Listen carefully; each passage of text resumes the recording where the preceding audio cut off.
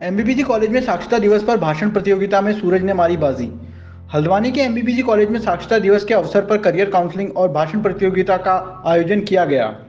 कार्यक्रम का शुभारंभ महाविद्यालय के प्राचार्य doctor BS Bankoti, professor B Pant और डॉक्टर सोनी टमटा द्वारा किया गया। देखिए रिपोर्ट। सर, ये जो कार्यशाला हम कर रहे हैं ये एक छात्र छात्राओं में भाषा संप्रेषण कौशल को विकसित करने के लिए किया जा रहा है। अब छात्र छात्राएं हमारे पीजी कर रहे हैं, यूजी कर रहे हैं, उनमें से अधिकांश को अभी भी मंच संचालन या फिर भाषण प्रतियोगिता में कैसे अपने विचारों को रखना है, प्रस्तुतिकरण कैसे करना है, विषय वस्तु कैसे लेनी है और भाषा की जो नॉलेज है उसको कैसे यूज़ करना है, तो उसके संबंध में कौशल।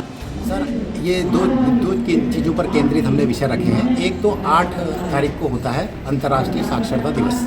तो अंतर्राष्ट्रीय साक्षरता दिवस तो कल था, क्योंकि संडे था, तो उसकी वजह से महाविद्यालय में अवकाश होने के कारण आज हमने जो अंतर्राष्ट्रीय साक्षरता दिवस के जो मुद्दे हैं, जो उनमें पॉइंट्स हैं, उन पॉइंट से संबंधित विषय लिए हैं और कुछ विषय हमने जन सामान्य और देश को एक विकसित राष्ट्र बनाने के लिए क्या आवश्यक है उन विषयों को चुना हुआ है। सशक्तिकरण एक विषय है, पर्यावरण संरक्षण एक विषय है, जिसमें हमें विकसित भारत के साथ साथ संस्कृति के विकास का विषय है, वैदिक अध्ययन और मॉडर्नाइजेशन के साथ कैसे हमें सामंजस्य स्थापित करना है। इन विषयों पर बच्चे अपने विचार रख रहे हैं।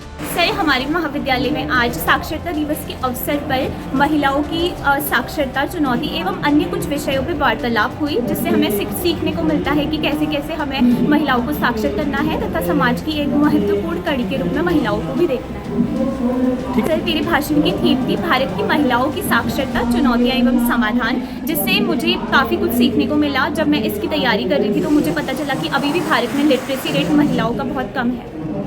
भारत सरकार समय समय पर अनेकों योजनाएं चला रही है, जैसे हमारे प्रधानमंत्री नरेंद्र मोदी ने 2015 में बेटी बचाओ बेटी पढ़ाओ तथा हमें अपने परिवार से इसकी शुरुआत करनी पड़ेगी तथा सभी को ये सिखाना पड़ेगा कि शिक्षा दोनों के लिए आवश्यक है, महिलाएं एवं पुरुषों के लिए। मैं कहना चाहूँगी कि लिंगानुपात का प्रतिशत बराबर करने का बहुत ही महत्वपूर्ण एवं आवश्यक तथ्य ये है कि हमें सबसे पहले ग्रामीण एरिया पे मतलब लोगों को जागरूक करना पड़ेगा, क्योंकि गांव में लोग आज भी जागरूक नहीं हैं। वो बेटियों को बोझ के तरीके से समझते हैं और जल्दी उनकी शादी वादी कर देते हैं, तो हमें इस चीज़ का ध्यान रखना होगा।